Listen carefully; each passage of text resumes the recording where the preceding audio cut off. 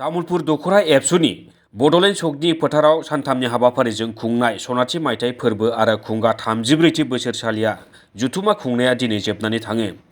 गाहायै तामुलपुर दखरा एबसुनि बे जुथुमायाव सोलोंथाइ, रांखान्थि आरो गोग्गो समाज दानाय आयदायाव गुवारै सावरायनाय जायो।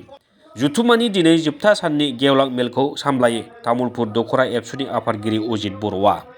गेवलां मेलाव गाहाय आलासि महरै नुजाथियो मिरु एबसुनि आफादगिरि दिपेन बर' बिथाङा।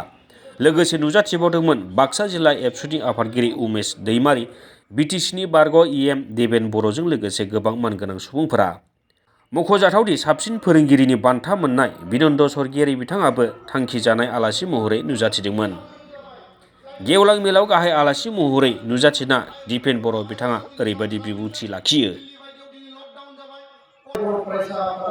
हारिनि एक बिन्दु एक इन्सिबो जातीयतावादी माहारि सिबिनाय माहारिखौ सेवा खालामनायनिफ्राय जोङो दोरोदबोआखै आरो जेराव जोंनि आइडिय'लजियाल प्रिन्सिपल बे आइडिय'लजियाल प्रिन्सिपलनि गुदि बिथायानो जाबाय माहारिखौ जोथोन लानाय, माहारिनि रैखाथिनि थाखाय माहारिनि रैखा कवचबादि खामानि मावनायानो बे आफादनि गिबि एजेन्डा हिसाबै बै समनिफ्राय जोङो मावबोजादों।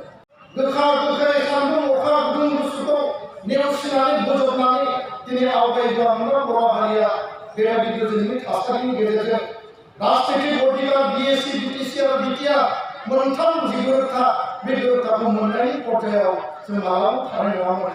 नंगौ गेजेर गेजेर सम सम हाथियारनि सोमावसारनायबो जादों, बिएलटिनि हाथियार सोमावसारनाय, एनडिएफबिनि हाथियारनि सोमावसारनाय आरो बे हाथियार सोमावसारनाय गणतान्त्रिक दुलाराय बर' फरायसा आफादनि मास रिभलिउसननि गेजेरजों दिनै बे जों थासारिखौ मोननो हादों।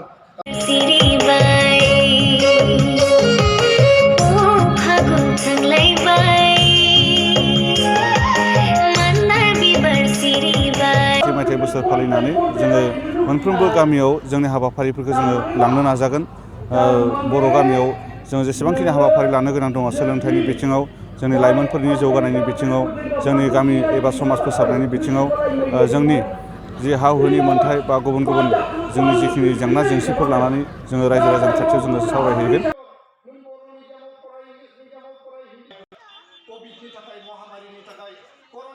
निउस डेस्क समनि रादाब।